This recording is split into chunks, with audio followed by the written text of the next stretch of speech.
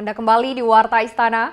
Pemirsa, sapi ongol yang merupakan pembudidayaan lokal unggulan merupakan hewan kurban yang diberikan Presiden Joko Widodo ke Masjid Istiqlal. Namun karena melaksanakan sholat Id di Serang, Banten, sapi itu diserahkan Menteri Pertanian Andi Amran Sulaiman.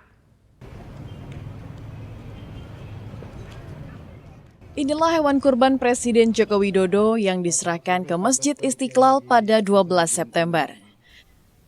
Sapi lokal berjenis ongol dengan berat 1,5 ton. Sapi diserahkan Menteri Pertanian Andi Amran Sulaiman mewakili Presiden Joko Widodo yang melaksanakan sholat Idul Adha di Serang, Banten.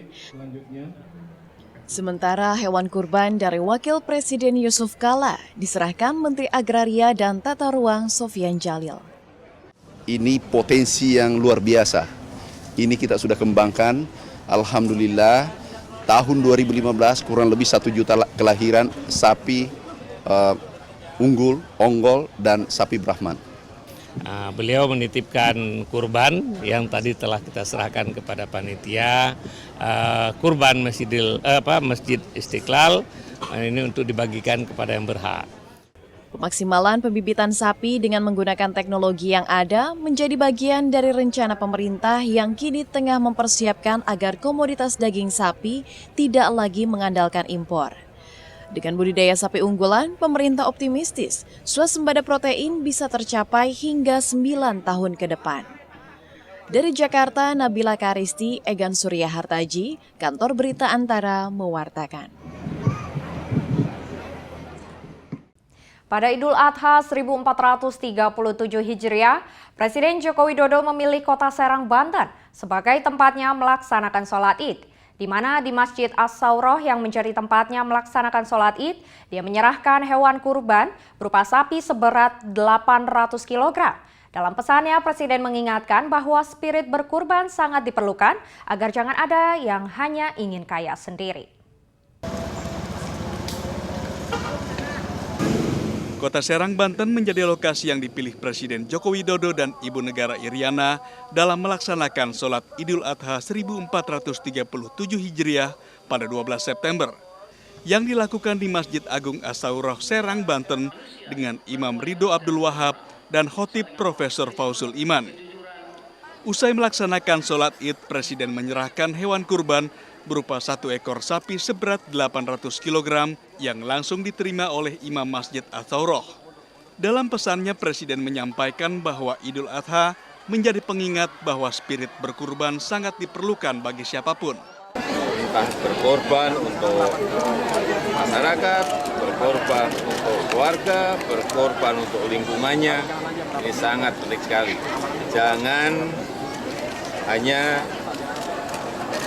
maunya hanya pengen kaya sendiri, pengen menang sendiri, abai terhadap lingkungan, terhadap tetangga. Lebih lanjut, Presiden menyatakan bahwa kurban mengingatkan bahwa semua hal akan lebih baik jika dilakukan secara bergotong royong. Semua harus bekerja keras, baik untuk keluarga, daerah, lingkungan, dan negara. Karena hanya dengan kerja keras, kita akan bisa memenangkan persaingan dan kompetisi yang semakin hari semakin sengit. Dari Serang, Banten, Herbert Dumban Batu, Kantor Berita Antara, mewartakan. Kita ke warta selanjutnya, pemirsa. Presiden Joko Widodo pada Jumat pekan lalu melantik Jenderal Polisi Budi Gunawan sebagai Kepala Badan Intelijen Negara. Dia resmi menggantikan Sutioso yang telah menjabat lebih dari 1 tahun. Ia dilantik setelah mendapat persetujuan DPR usai menjalani uji kelayakan dan kepatutan di Komisi 1. Sebelum saya mengambil sumpah, Presiden Joko Widodo melantik Komjen Pol Budi Gunawan sebagai Kepala Badan Intelijen Negara (BIN) di Istana Negara Jakarta Jumat 9 September.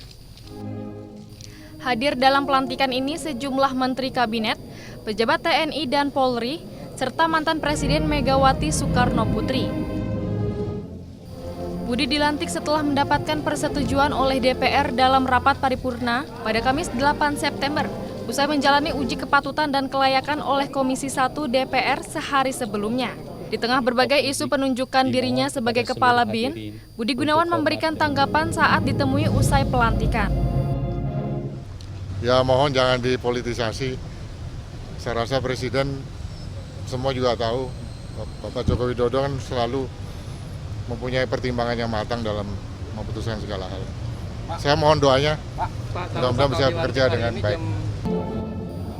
Budi Gunawan ditunjuk Presiden menggantikan Sutioso yang telah menjabat sejak 8 Juli 2015 lalu. Tidak hanya sebagai Kepala Telik Sandi, ia juga mendapatkan kenaikan pangkat sebagai Jenderal Polisi Bintang 4 dari Presiden Joko Widodo.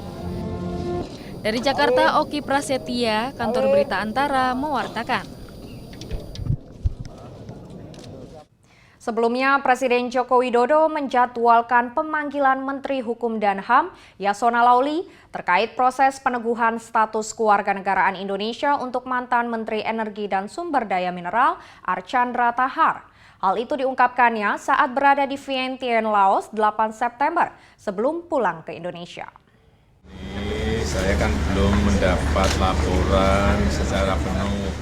Presiden Joko Widodo mengatakan dirinya segera memanggil Menteri Hukum dan HAM Yasona Laoly terkait proses peneguhan status warga negara Indonesia bagi Archandra Tahar. Presiden menanggapi proses penyelesaian masalah kewarganegaraan mantan Menteri ESDM tersebut di Vientiane, Laos 8 September sebelum kepulangan ke Indonesia. Saya kan belum mendapat laporan secara penuh. Kronologis pengurusannya seperti apa, kemudian sekarang sudah pegang WNI, dengan proses seperti apa saya belum mendapat laporan secara penuh karena kemarin. Sebelumnya dalam rapat dengar pendapat dengan Komisi 3 DPR RI Rabu 7 September, Menkumham Yasona Laoly menyatakan Archandra Tahar telah kembali berstatus WNI pada tanggal 1 September 2016 lalu. Peneguhan status WNI Archandra Tahar dilakukan setelah Kemenkumham mendapatkan surat dari Kedutaan Besar Amerika Serikat. Surat yang disertai Certificate of Loss of Nationality of the United States memastikan bahwa Archandra Tahar sudah tidak lagi menjadi warga negara Amerika Serikat. Tim Kantor Berita Antara mewartakan. Warta Istana masih akan kembali dengan warta tentang Ibu Negara yang mengunjungi Akademi Kesenian Tiongkok. Tetaplah bersama kami.